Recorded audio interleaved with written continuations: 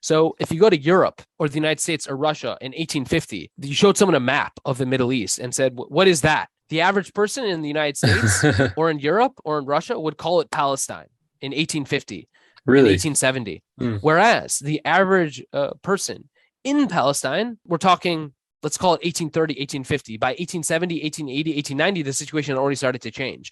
But let's say in 1850, the average person in Jerusalem or Jaffa or Nablus or Nazareth would have probably called it either by the cities. They wouldn't have used the term Palestine. They would have been like, well, I'm in Jerusalem or I'm in Nablus. Had you asked them, well, okay, but zoom out. Where are you? What country are you in? Maybe they would have said the Ottoman Mm. Empire. Maybe they would have Hmm. said, they would have used the phrase Bilad Sham, the land of The Sham, land of Sham, which yeah.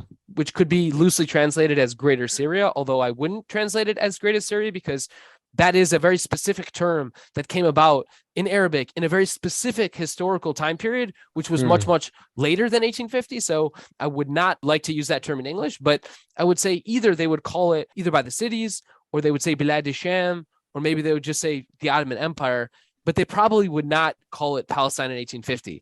And I think what happened over the course of the 1860s, 70s, 80s, and 90s was that as a result of this influx of European travelers, of American pilgrims, of Russian missionaries, of German consular offices, you have tens of thousands of pilgrims and tourists coming to the Holy Land every year by World War I. And that number is just increasing throughout the late 19th and early 20th century. We're talking tens of thousands of tourists every year in a land that has 500,000 people. There's a Mm. massive number of people. And you have to assume that all of those pilgrims and tourists and missionaries who are opening schools and teaching students and consular officials who are now writing and corresponding to local bureaucrats and Arabic speaking bureaucrats, that the summation of all of those influences, what it did was it transferred the vocabulary of the average American and European and Russian into Hmm. Arabic. By the way, the term Philistine was already being used in Arabic, but just in very, very narrow contexts. So in Right. 1850, the people of Ramleh, the city of Ramleh, did in fact call the place Palestine, in my estimation. So it's not that the term Palestine was not known or was not used. It was just limited to a very small region within Mm. Palestine. I Mm. think that's my argument, at least. We could discuss and debate that if you're curious, but that is my argument. And secondly, the term Palestine was used, but in scholarly contexts to refer to what the land was known as in the ancient world or in previous time Mm. periods. And so for the same reason that you and I have heard of the term Mesopotamia or have heard of Hmm. the term Phoenicia, even Hmm. though we call those places Iraq and Lebanon, respectively, we've heard of the term Phoenicia and Mesopotamia because we know that in the 19th century or in the 18th century, those terms were actually used or were Hmm. used to describe those places. So I think that is probably how a lot of people in the Middle East, especially in Palestine, may have thought of the term in, say, 1850 or 1830. That's how they thought of the term Palestine. It was probably a term they were somewhat familiar with, but to be used to describe how the land was referred to in a previous time period. Hmm. Hmm.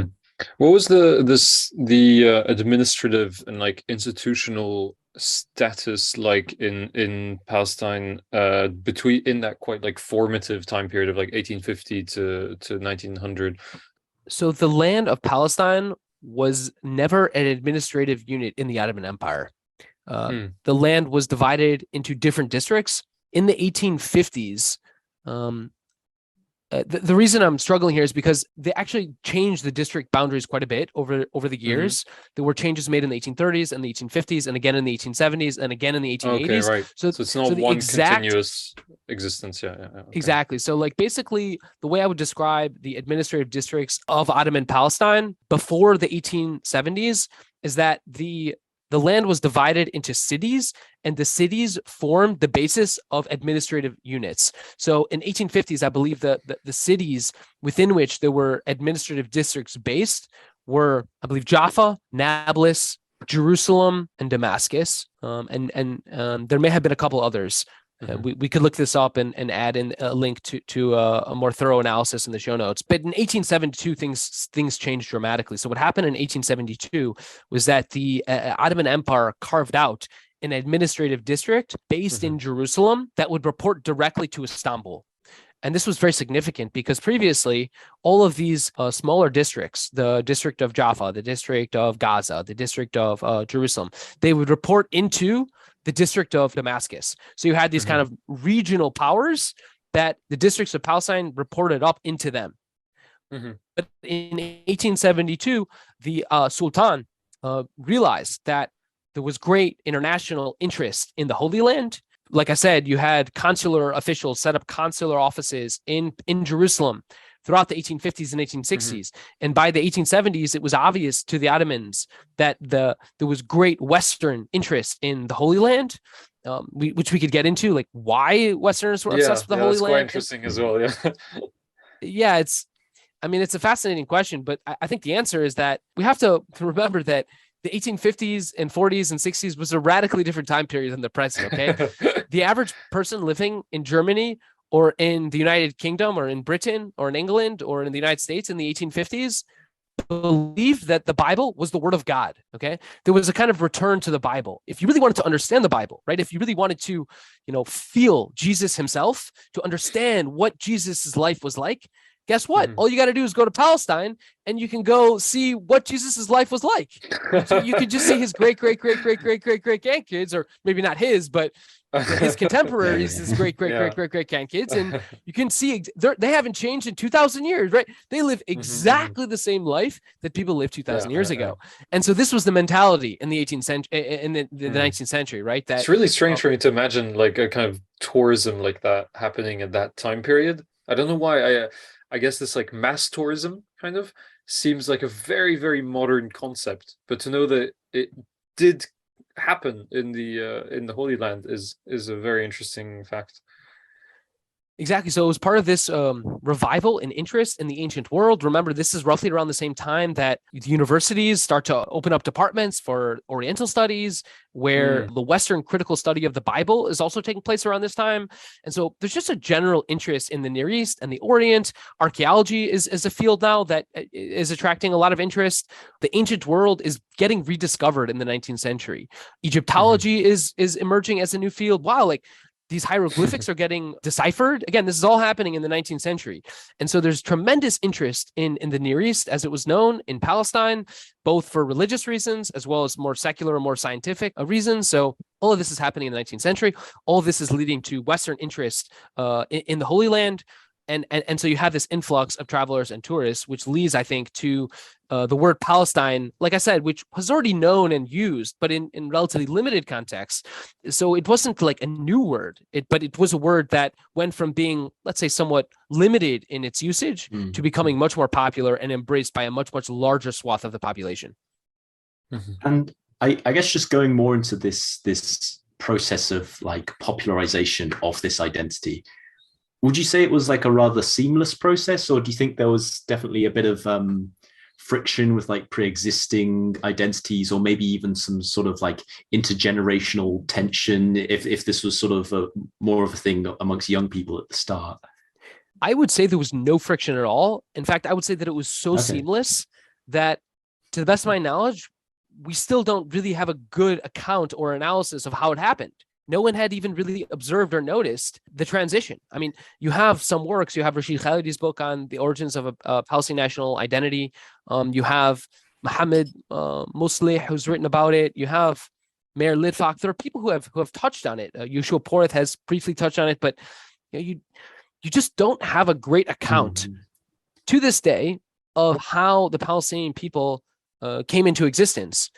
I think my dissertation is probably the closest thing. But again, like, how is it that it took us until 2017 for someone to try and answer the question of like, who was the first Palestinian in modern history, right? We just didn't have a good account of that. And to be honest, I still think we lack a good account of it. I would certainly not say my dissertation is the final word on the subject. In fact, I think there's much more work to be done. As I said, my focus was not really the 19th century, although I obviously tried to spend a lot of time studying the 19th century, because I think that was a very, very important turning point in the history of Palestine and the Palestinian people. But there's much, much, much more work to be done. I think that a much more diligent scholar would be able to find even earlier references than I found. I would spend, months and months just sort of scanning through books, looking for a term. This is before, in many cases, we didn't have OCR, optical character recognition, for Arabic texts in 2014, 15, 16, when I was doing the research.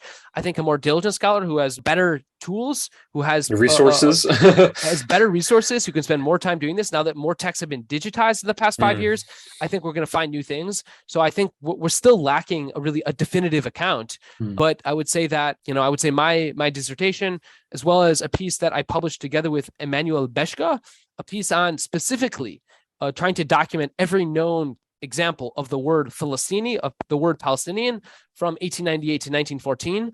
We did that in a piece that came out, I think, last year, and we found something like 115 references to the term Palestinian in Arabic from 1898 to 1914. We published that a year ago, but I would say aside from those two pieces, we don't have a great account of how the Palestinian people came about.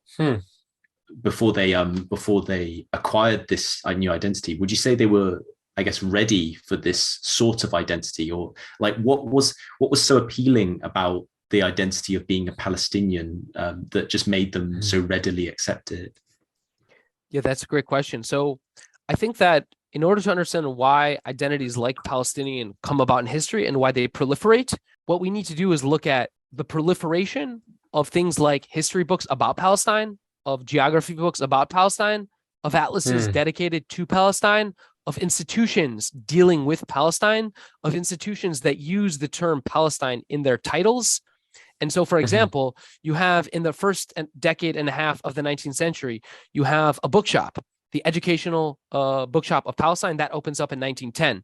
You have an agricultural association called something like the Agricultural Association of Palestine that forms in roughly around 1911, whose mission is to buy up land and prevent it from falling into the hands of Zionists. You have, for example, the Palestinian scouting troop comes about roughly around this time as well. You have newspapers like Palestine, Palestine. There was an attempt to start a newspaper called Palestine in 1908, in 1909, and then the one that eventually succeeds is founded in 1911.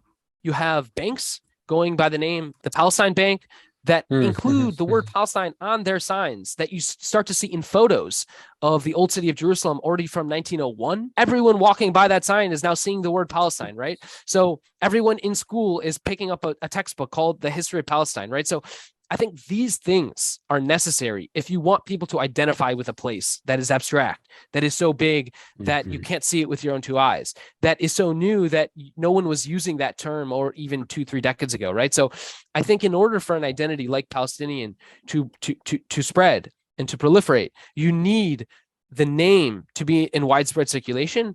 You need stories about the place to be circulating. And I think those stories are stories about the history, the epics and wars fought in Palestine. You need stories about like, what is Palestine? Well, it's these mountain ranges and these rivers and these seas. You need people talking about the borders, right? So if you look at these geography books, the first one published in 1904, a Geography of Palestine, that's already being used in schools in Palestine already, it seems, from the time it was published, because it was really published as a textbook. You have kids learning, the borders of Palestine are from the river to the sea, from Sidon to the southern desert. They're learning that in 1904 in Jerusalem and in Nazareth.